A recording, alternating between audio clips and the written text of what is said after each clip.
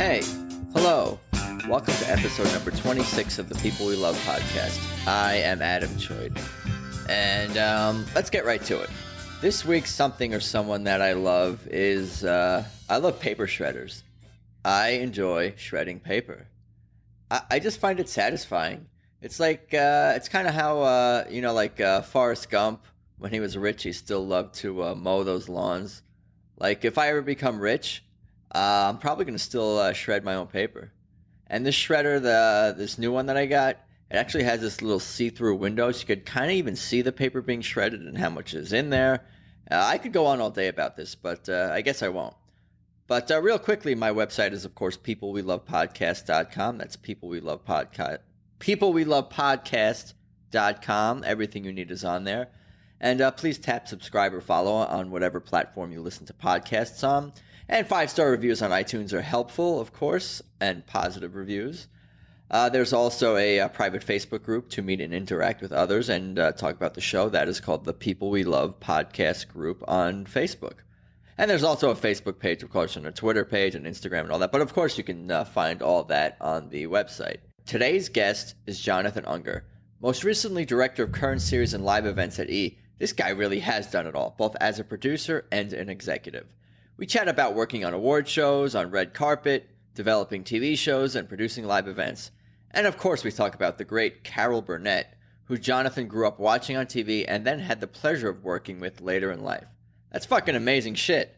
But yeah, I don't need to explain everything you're about to hear, so let's just get started. Here's Jonathan Unger. So it's good to see you today, Jonathan Unger. How's your day going? Thank you for stopping by the studio. Thanks for having me. It's great. Father's Day. Spent the day today at church and then just with our dog, and now I get to do this, which is awesome. Do you look at your dog as a child? We are those people. Yes. We consider her a fur baby, and we're her daddies. And she's just as spoiled as any other baby. What do you do that make what are the moments or what do you do that make you feel fatherly towards her? Yeah, towards your dog. Probably in the morning or when I get home and just that unconditional love, or when we're snuggling with her. There are other moments too, of course, when we're either disciplining her or cuddling with her, just like any other child. You know, what's her name? Sis. Yep. And it's not short for anything. It's not long. It's not nickname. It just that's. Well, it's a nickname from Chris's family, my husband's side of the family. He has a few family members that's their family's nickname, and so Sis, it kind of rolled off the tongue, and it fits her. She's so cute. Eventually, I'll do people. If people can love animals, animals we love. Special episode. Well, yeah. Yeah, for sure. Please. We've gotten shit about it before, but yeah. It's okay. You guys got to do you. You do you. You both do yourselves. Exactly. For sure. Yeah. So why don't you tell my audience about yourself and where you grew up and give me the spiel. The spiel. All right. I'm from originally Virginia. I moved out here about 16, 17 years ago. To Los Angeles, California. California, exactly. To LA, not knowing anyone outside of really my friend Grant and his family. When I was at UVA, my friend Ashley, she wanted to be an actress, and she asked me if I wanted to move out to LA with her. And it was really between New York and LA, and it felt like a really big leap to tackle California. And so I've been out here for 17 years now, 18. All the years I'm losing track of all the years at the moment, but it's been a really awesome journey. Yeah, no, I know. I've been here almost as many, not quite as many, but almost as many. So did you know you wanted to be involved in entertainment industry? In some capacity, college? Yeah. In college, or earlier even? Well, actually, so when I was a kid, I really just always read TV guides. TV guides were essentially my entertainment Bible. I always just had my nose in one. It was either that or Entertainment Weekly, and pop culture is just a part of my DNA. And so I always knew that I wanted to do something in entertainment, but being in Virginia, I didn't know what that looked like. I went to UVA and actually graduated with a poli-sci degree, but that was solely because I didn't have any chance of being in the media studies program. That actually started the year after I was eligible. So by then, it was on me to really do more entertainment stuff on the side at school. And I worked with my friends Nick and Karen. We did a TV series out there together. And that's actually how I met my roommate out here in LA, Ashley, who wanted to be the actress. And it was just on me to spread my wings and move out here. So it was honestly just looking blindly at Craigslist postings, seeing what was out there job-wise that way, entertainmentcareers.net, not really having anyone to guide me. And I found a Craigslist posting that was for Extreme Makeover, the People Edition. It was not the home edition. It was the one prior, and it was for an internship. And so I applied. They accepted it. And funny enough, a month later, they were like, well, you're not in college, so you can't be an intern. So I actually was able to be a casting assistant and was there for a year and a half and found a love for casting. I was in freelance casting for about 4 years. So that's how I started in LA. And really just, in the freelance world, you bounce from production company to production company. You meet so many different people, but also there was no stability. So it was a mixture of realizing after Extreme Makeover that, not every job is going to be a year and a half.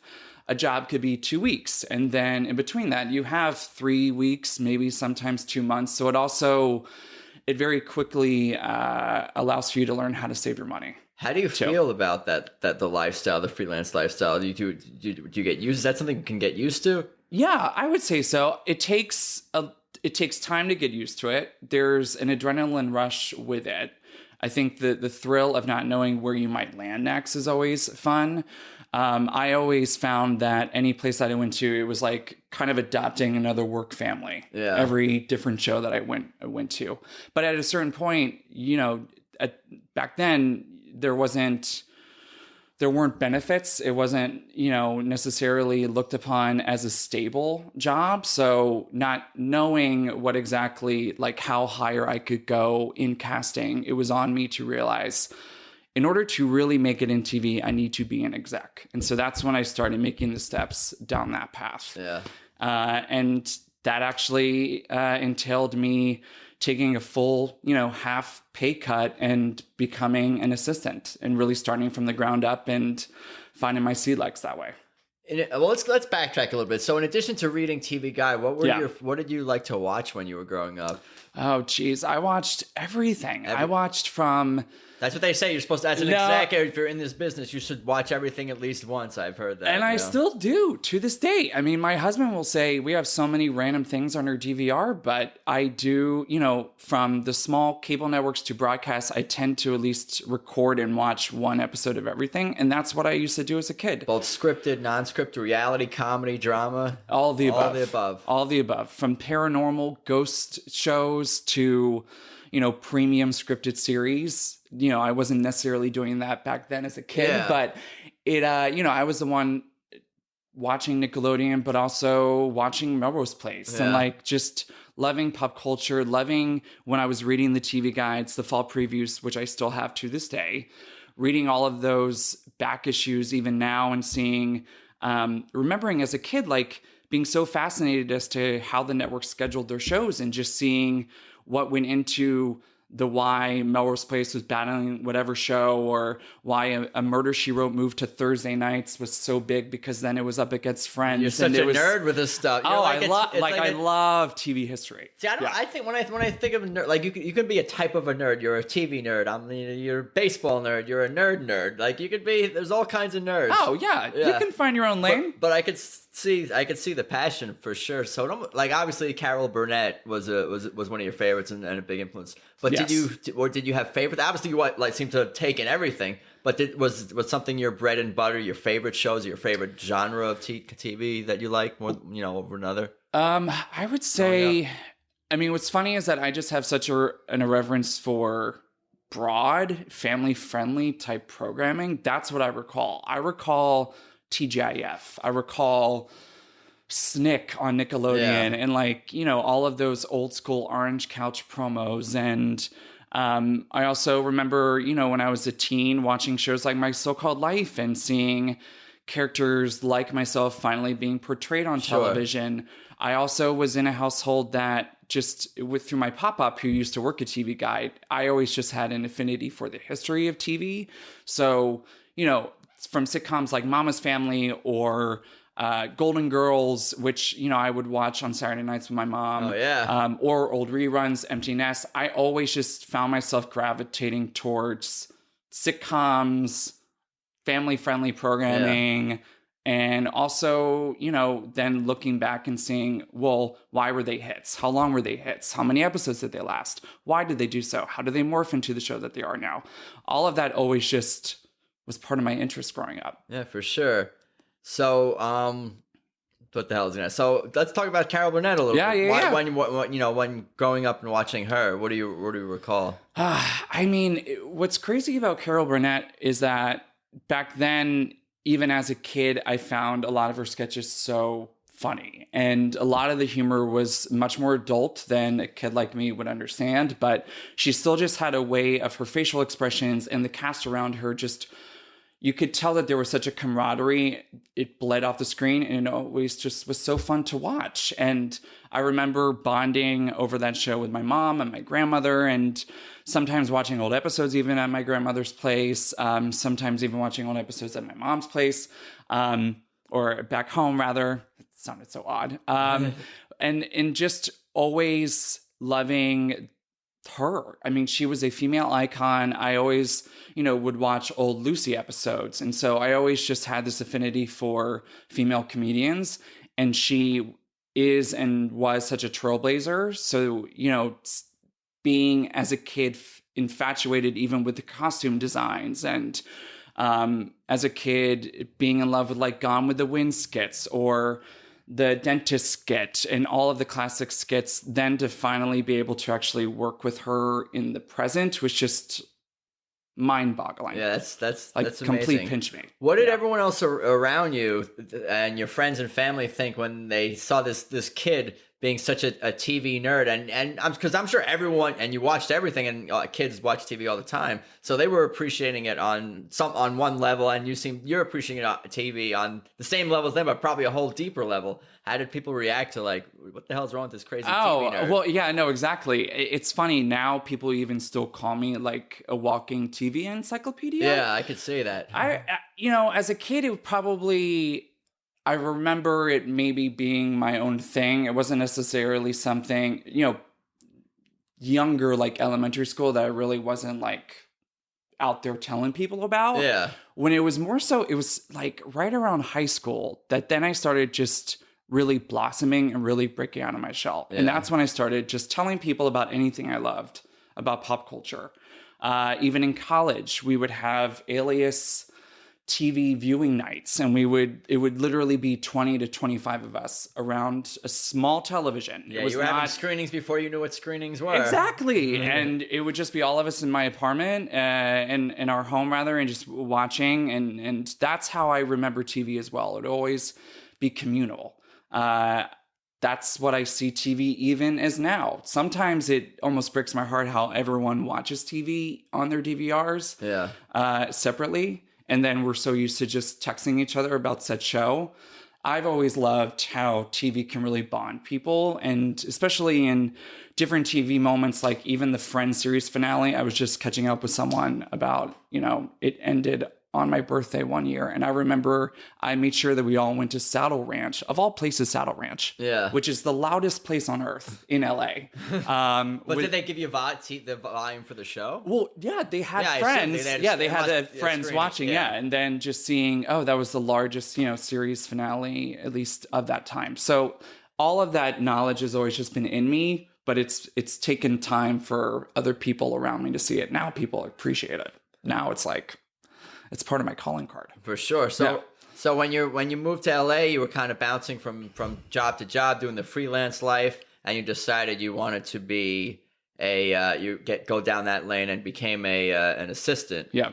And even before you became an assistant, what were some of like the best qualities or the best things about certain companies or certain jobs that you had in the freelance world, and what were some of the hardest things and things that you didn't love about particularly companies' experiences? Is it about the people? It's about whoever the people you're working with is? Content of the show? Well, I think it's money. No. I mean, funny enough, in casting, I mean, there was a lot of good money to make in casting, depending on what the level you were and the fee that you were, able to attract. But what I recall about casting is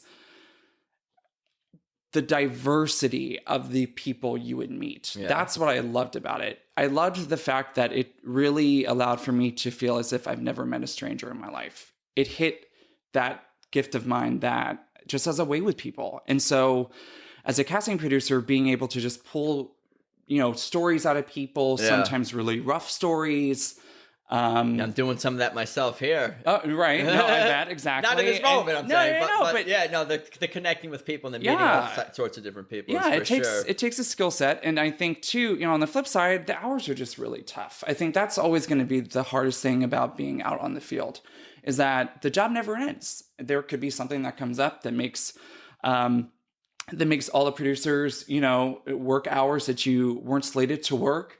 It also depends on your level out on the field too. But I've always just appreciated, at least the productions I've worked on, it felt like everyone had each other's back. I've also, back then, I worked at a time that there was no job too small for people. I think, unfortunately, now there is a generation that's a little bit more entitled. Sure. But back then, you did anything you were asked, and you did it with a smile, or you did it at least knowing that your counterpart was going to do the same thing. I think the people with that attitude are still the people that probably get ahead more than not. Completely. Yeah. Completely. And I think especially this day and age, just with the culture of our industry as well, I think more, the genuine people gravitate towards each other. And I think work ethic speaks a lot now, particularly if you're of a younger generation. And maybe if you're listening to this, just be sure to have work ethic. It really does go a long way. And to treat people genuinely. Are you trying to say that there are some people in Los Angeles who are genuine? I would say there are. No, yeah, there are. Los Angeles has a lot of great qualities and great people and great things, and great food and great places to go. Just have to look for it a little bit. I think that's what the difference is between New York and LA. You can't walk out of your apartment like you're Manhattan and, there might not be food open at 3 a.m, but you could probably find it. You'll find a taco truck. Well, and you just said it. Walk. Yeah. So walk. I mean, that allows for you to actually interact with people too. We're so used to just being in our cars that I think it isolates all of us. Sure. And so, it just, it feeds into everything. Cool. So when you landed at this, at the assistant's desk, yes, where was that, and what was that experience like? Oh, you don't have to name names or be too specific. It was, depending it was on what amazing. The experience was. No, it was at ABC, which saying to TGIF, working at ABC was a dream come true. It was crazy just to walk through those walls. I remember, through those hallways, and remembering the first walk through, when I saw all the posters of old ABC shows and feeling as if, I'm meant to be here in some odd way. Like all these steps have gotten me here. And lucky enough, I was able to work with a guy who just wanted someone who loved pop culture, and that's more than anything else. And we bonded over that. He became like family to me. We worked on incredible shows together. It was stuff like the Oscars and anything from the big award shows, whether it be music or Oscars, to Super Nanny. And it was also kind of a golden era of ABC, and just the people that walked through those doors, like Brandon Reig and Vicky Dummer and John Sadeh. And it was back when Channing Dungey was still there. It felt like just everything clicked. It was fantastic to be there at that time. And then also knowing after 4 years as an assistant, when it was time to kind of spread my wings and look for, at that point, I was looking for more of a production company role, because then it would feel as if I was blending my casting experience and taking it to a production company, but now actually being at a place I could speak to what a network might want. Gotcha. And that's how I ended up at Pilgrim. Because of your experience at on the assistance desk, you were able to get a better knowledge of what networks and what production companies, good and also just have a larger range of contacts out there. It was incredible.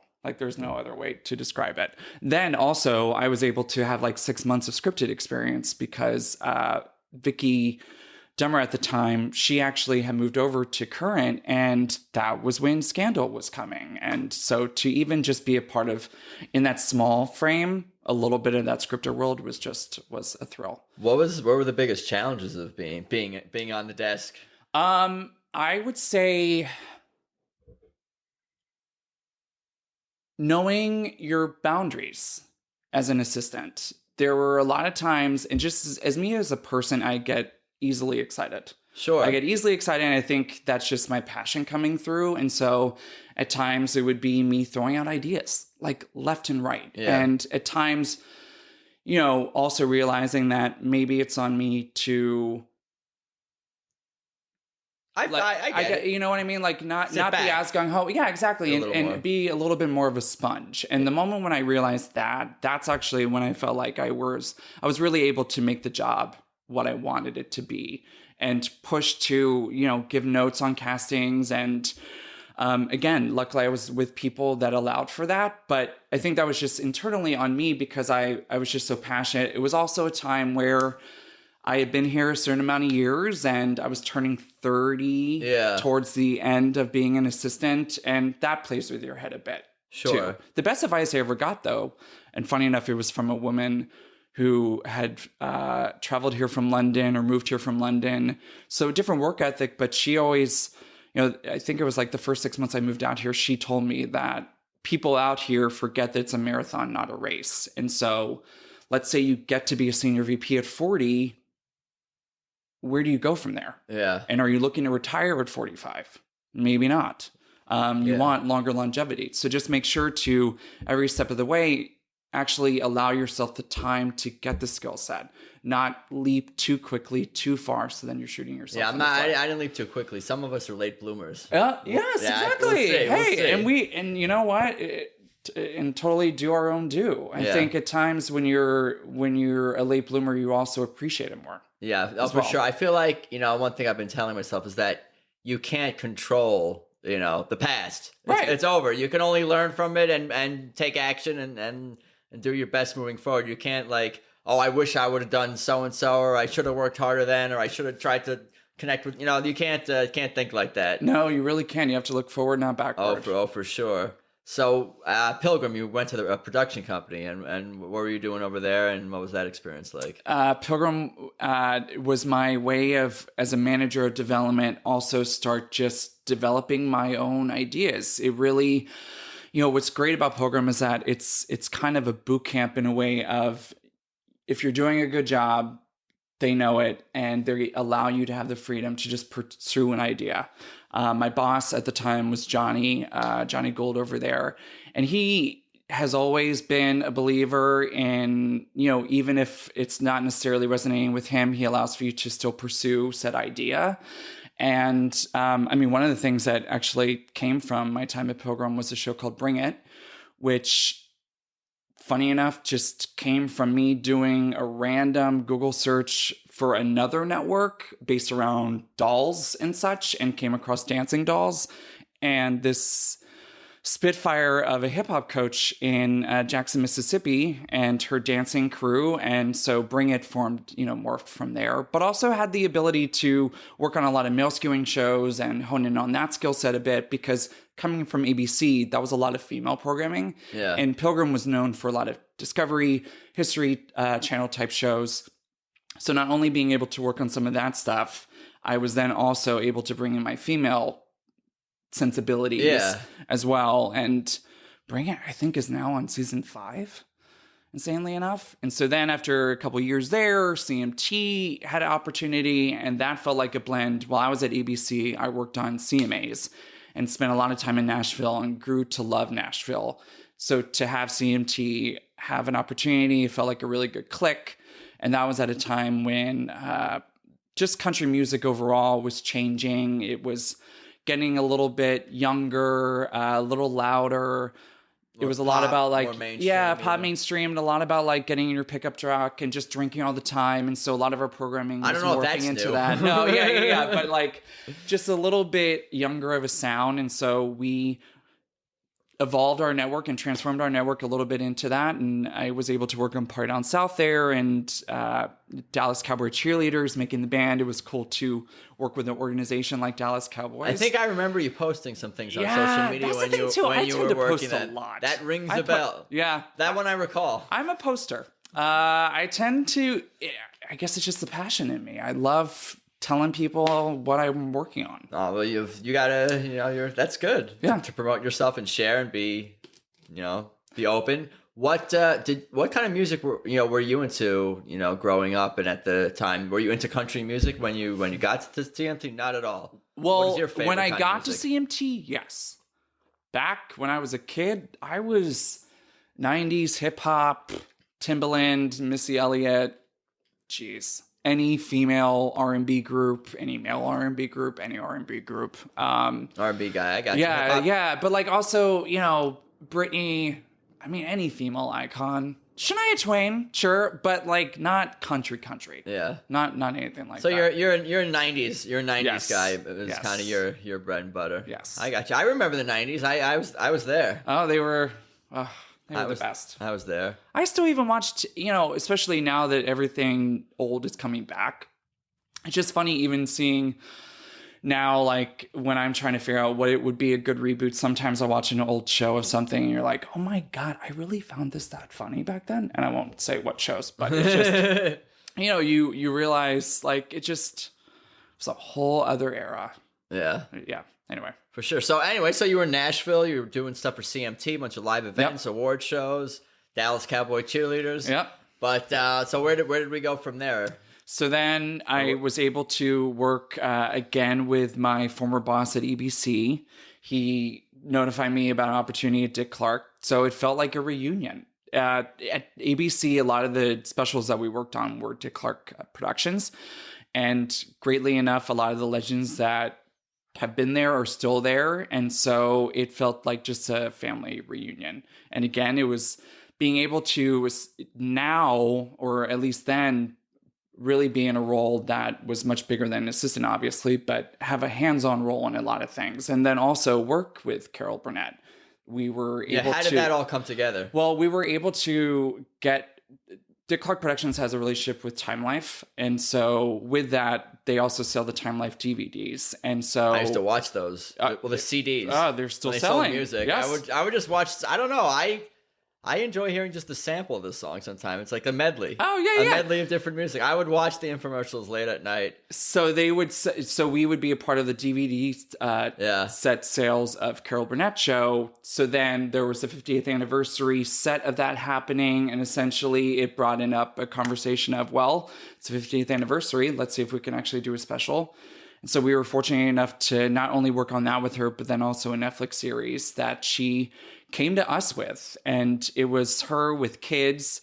So a really great way, especially after she told us stories. And that's the thing too. She has so many stories. You got to go back because I want to know like how did you feel when you first found out that you would be, potentially working with Carol Burnett in any capacity? I think I fell out of my chair. Pretty sure. I was speechless. And then to actually meet her. Yeah, do you remember the first time meeting her? Very first moment when we walked into the room and her amazing counterpart Steve was there, and he's so warm, and to then know that she was there, it was like he was such a warm buffer to then her, and she couldn't have been. She's the epitome of what a legend should be. At her, at the stage of her career that she is, and the age that she is, and what she's built, and the legacy that she's built, she could treat anyone, any way she wanted, and she treats everyone with just such respect. Anyone, no matter who you are, and also with that, she just speaks of the time of the Carol Burnett show with such love, and also so many specifics. I hope when I'm at her age that I have the memory. She remembers that everything from everything. She remembers everything. Even like being backstage, going back and forth when Cher and the Sunny Show was filming next to her, them interacting backstage. Yeah. I was fortunate enough to even, be in her home and meet with showrunners for our show. And so every moment working with her was a pinch me moment. Yeah. Just, yeah. How do you act normal?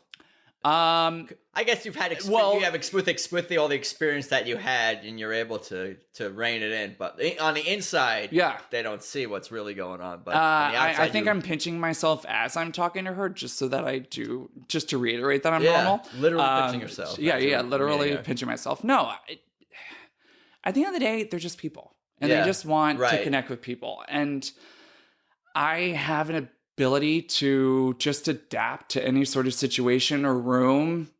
And I don't mean to toot my own horn, but it just has always felt that way. And I think has allowed for me to not meet a stranger in my life. And so, I of course brought up just my love for her and what my mom, my love for her show, that my mom instilled in me and such. And so I think having that bond as well helped. I also knew her show, so I had an affection for it, and everyone that I worked with had an affection for it. So she could feel that in the room. But we would also joke. I mean, my colleagues would say, you're her new best friend, because they could see just the bond that we had together. Yeah, that must have made your decade. Made my life. Yeah. I mean, and we still email back and forth. Really? Yep. That's awesome. Yeah. That's great. No, it's someone. I had a previous guest talk about this because they met one of their heroes, a guitar player, Derek Trucks, and he, knew him from the music, knew him from interviews, knew him from singing live concerts. But when you meet your hero, who you love from their line of work, you appreciate them. I'm guessing he was saying on this whole other level, that they're actually a person, right? And not only a person, a nice person, a genuine person, and someone that you can connect with, that you're connecting with, and that's I'm guessing that's something how you felt as well, just appreciating her on a whole nother level as a human. Hands down. Because also I've been on the flip side that there are people that you look up to and then you meet them and they're not necessarily what you hope for. Name names. Let's go through the list. I can't. Yeah, no. But it's I'm not Howard Stern. I'm not Howard Stern. Yeah. I'm not how Howard would do the. They'll be my memoir. The trick. No. Yeah, that's smart. It's one of those things that you kind of have to go up to them also with no expectations. Right. And I've been blessed with a lot of heroes in my life who've also just instilled this affinity for television. So I think that love just comes across whenever I meet someone, and I'll fan out over the most random people. And my husband will say it too. It'll be someone who was on Roundhouse. Yeah. That was on maybe 3 seasons on Nickelodeon. And I'll fan out and just be like, I love that show. You were so funny to me, yada, yada. Talk about it as a kid. Right. It's like I go back in a time machine. I had that experience. I went to an All That's taping just 2 weeks ago. And it was like, I was back being a kid. Yeah, I watched a lot of Nickelodeon shows. Yeah, I'm familiar with all your your Nickelodeon references. Yeah. For sure. But Carol, I mean, there was no other level with that. Yeah, that's what I ask a lot of the guests, because not all of them met some of these famous celebrity type heroes. I ask, what would you say if you saw them in the street? What would you say if you had more time and had a conversation with them? But you've had all the conversations and interactions with Carol Burnett. But I could see how you're talking about other famous people. And that seems to be the way to go, is just to tell them the truth, Keep it short. Tell them exactly. I'm a big fan, and cite something specific, because who doesn't, who isn't going to appreciate kind words said about their work, right? And feel the moment. Yeah, some are comfortable, some aren't, and at least you did that instead of being really awkward or I'm learning all this. Well, let's say if they're eating, maybe not necessarily go up to them. Yeah. But I've been fortunate enough to work with some, professionally. And I think too, when you also see people with their team and how they interact with their team, it just further shows how great of a person they are. And whenever I would be witness to her seeing people from the Carol Burnett show from back in the day, the costume designer, I mean, it was as if no time had passed, and she just immediately goes back to that time. So it's awesome to see someone like that still treat people the way she does to today. That's awesome. Yeah. So don't ask Tom Hanks to be on podcast while he's eating dinner. Exactly. Wait till Tom Hanks is done. I mean, he's one that is one of the more genuine. I mean, he popped up. I think he popped up in someone's wedding photo once. Yeah. He'll do anything. Not anything. No. He's at least open. That's what I need. I need one of these random A-list celebrities to just have that fucking moment where they're like, yeah, I'll do that fucking small ass podcast that's only been around since January 2019. One of our friends is probably going to have a connection, Tom Hanks, and we're going to be like, God damn. Yeah. I'm going to get there. Yes, you will. I'm talking to many, many people. Yes, you will. Well, that's cool. So what else about working with Carol? I don't know why I can't say that. What else about working with rural juror? No. What? Carol Burnett? Else about working with Carol Burnett was noteworthy or memorable that you recall from those times? I think, too, just her appreciation for the comedians of today. It was cool, especially on the 50th anniversary, and granted, a little help with Carol Burnett, too. She would bring up names of female comedians like Tina Fey and Amy Poehler and people that she's friends with and such, and she would always talk about what television shows she watches and just, really smart shows that she's still, someone like her that still connected to the current times. And not only that, but still just doesn't think that her show was the best. She still has such a respect for what people are doing today and wants to learn from that. Yeah. She not only has a respect for what she wants to learn. That's impressive. So that was really cool. Because there's a lot of people who are old man yell at cloud, get off my lawn, and are not. Oh, today's music is not good. Today's shows are no good. I don't. There's a lot of that attitude. It's not even people who are mean spirited necessarily. It's almost sort of some human nature to some degree to always think about your era and the time you grew up or whatever you did as the standard or whatever it is. But right. No, and if anything, she also comes from a place of she, out of her respect, doesn't understand how people deal with it today because it is a totally different era. And so, just hearing her talk about even, I'm blanking on her show right now, but it was Rashida Jones's show on TBS. We would bond over watching those episodes. And then also we would bond over what old episode of another old sitcom that episode would remind us of. Yeah. It was... You guys are both TV nerds. Oh my gosh, yes. Is this something that you're gonna you foresee just being an avid TV watcher, studier for the rest of your life until the day you die? Even if you're not working, you're gonna be retired somewhere and you'll still be sitting on the lounge chair on the app, on your iPad, looking up the Nielsen ratings or whatever. You're still always gonna be that way and always gonna be interested in the stuff, you think? Yeah. Always going to be that way. 150%. And I sometimes come across people... especially not even knowing what other random shows I could DVR in the future. Yeah, because I'll send you a screenshot at some point. It looks ridiculous. It looks like a family of 4, but the generations are from 2 years old to 96. That sounds awesome, I think. Yeah, I think. But I've come across people in our industry that don't watch television or don't even watch what they produce so I've never understood that. And so I know my passion for TV will stay true. I hope at some point I'll have a wall that's just a TV, but we'll see. Yeah. I think it's a screen. Yeah. I know what you mean. Yeah. That's cool. So what happened after working with Carol Burnett? Where did we go from there? So most recently, and that, talk about pop culture. That is the pop culture brand, and it allowed for me to work in current series, which that means series that are on the air. I would be point exec on those, and then also development projects. So from soup to nuts, actually seeing a couple shows go from an idea to presentation to actually getting on the air. Which shows? So there's one called Dating No Filter. That's on season 2. Did you say they're actually dating. Dating. Yeah. I thought you meant like one of Puff Daddy. Oh my God, Adam, you would love it. You need to watch it. Dating No Filter. Yes. I'm hiding my judgment that you haven't seen it yet. It's just a gem of a show. It's essentially People's Couch meets dating, and it takes 3 pairs of comedians, and they're watching 2 dates happen on screen with you, but they're basically saying everything that you're thinking while you're watching. This is so hilarious, and we've come completely full circle because the first job in LA that I worked on was Blind Date. which is basically that show, but with the bubbles above Exactly. people's thoughts, written by writers who were mostly writers, comedians as well. That's That fun. is hilarious. That's funny. So yeah, you would really enjoy it.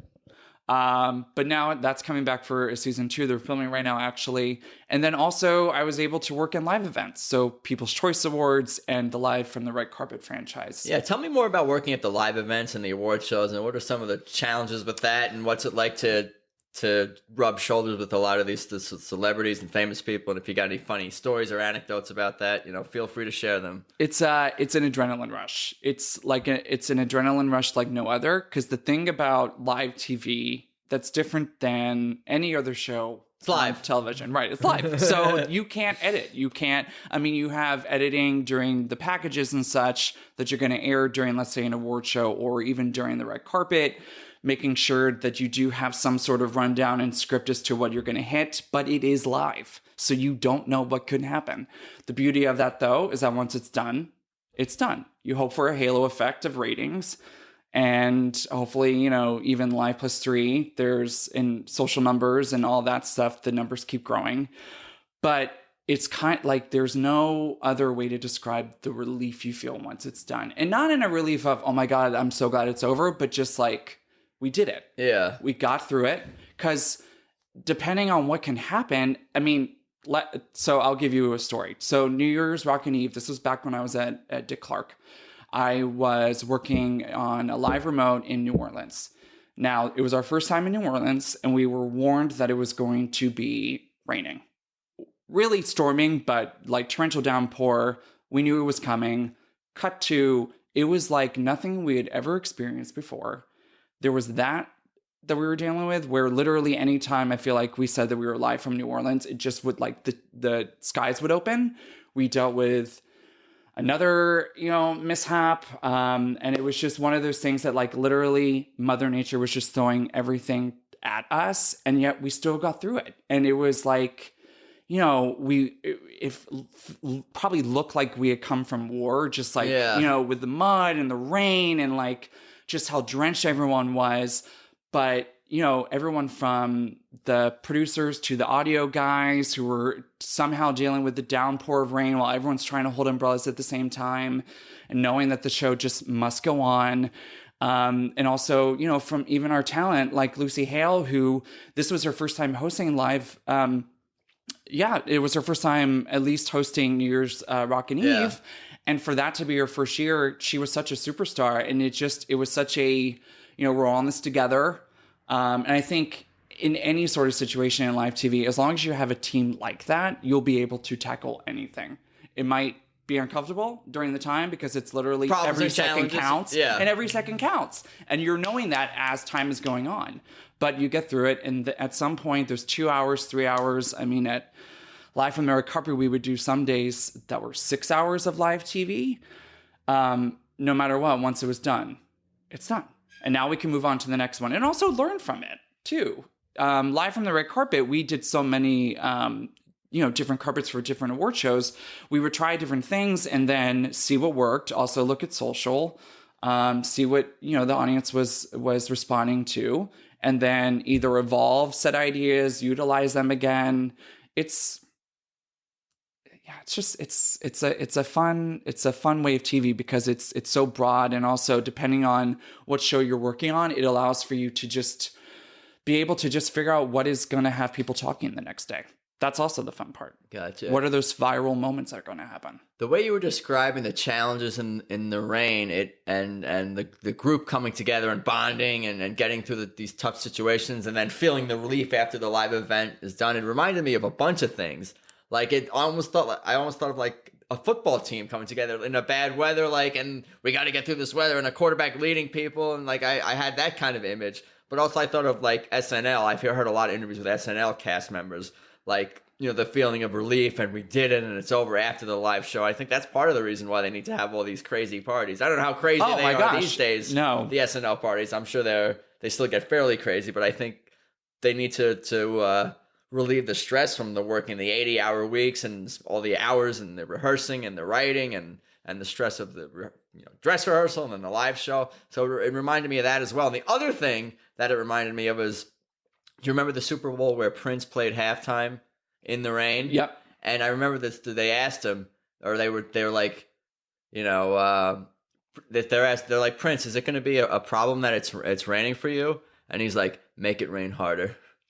So that was his response to you know, the challenge of rain coming down during his performance. And that was awesome. The whole purple rain in the rain and all that. Well, exactly. And one would argue if it hadn't rained, we might not be talking about it as much. Yeah. And I think too, it allowed for a viral moment for New Orleans.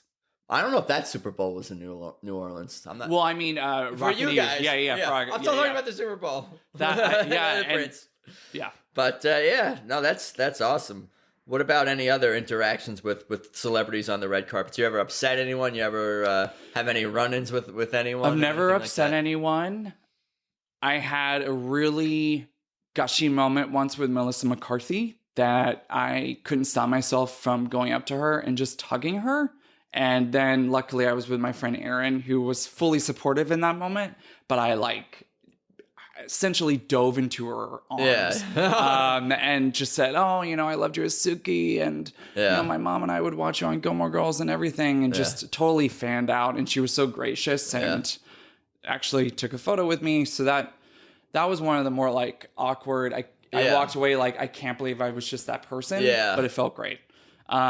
I've never had a run-in. I mean, the red carpets are crazy. It's like herding cattle. There are a lot of people that are on there simply to take their selfie on the carpet, which rightfully so.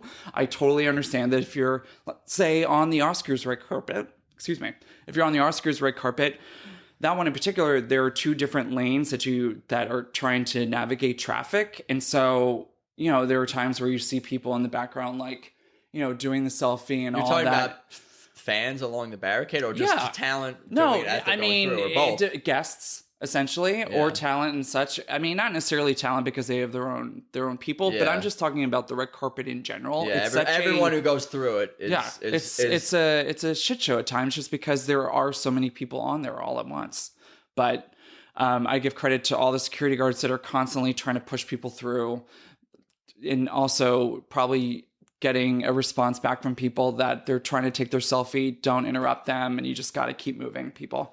I used to live in Hollywood many years, and I would see all the red carpets and the barricades when the award shows, and I was like, what is all this? This is my neighborhood. I'm trying to get a sandwich over here. There's people getting in my way. Yeah. Can you all move? Yeah. Please? Yeah. Is this over yet? The traffic sucks. It is. Anytime a movie premieres, that whole area, it's like a shit show now, I feel like. Because there's always a movie premiere either on one side or the other. Right. Yeah. And I'm always looking. I'm like driving by. I'm like, you have to. You have to. I'm always asking myself when I see a camera or so-and-so, I'm like, do I want to ask what they're up to? You know, do I want to bother these people? And it's any production. If it's a big production. Yeah. Or whether it's just people on the corner. Oh, what are you guys up to? Because I'm always kind of my husband and I, people are. Yeah, my husband and I just drove down Laurel Canyon last night, and there was something, you know, that Italian restaurant that's like, kind of off the side of the road in that little nook that has like a grocery store. Where I is think it? It's on Laurel Canyon Road. Okay. Oh yeah. You know, it's like that little restaurant area. They were filming something there, and you know, still, I should be probably really jaded and be like, oh, they're filming. Yeah. But immediately we were like, we should stop and check. Yeah, but I'm just curious. I'm always curious. Yeah. And part of me is like, I want them to know that I work in the industry too. It's okay. I'm not a fan I'm not some random person from out of town who doesn't know anything. I'm in production too, so it's okay for me to, you know. Well, and are you the one? I'm your colleague. Are you the one too that if you see a yellow sign, you try to figure out, okay, what is filming around the corner? You know the yellow sign, just pointing. Yeah, sometimes, yeah. I love when it's just an acronym or something, and you're like, okay, A, B, G, and F. That has to be whatever show. You know what I'm talking about? When it's like, I remember when I used to work in... a vague notice of something of some kind, yeah. Because I remember there would be... I used to work in the Valley, and there would be times where I guess it would be a location shoot, and it would say like BBT, just big yellow sign. And what show is BBT? Exactly. I wonder what that would be. Yeah.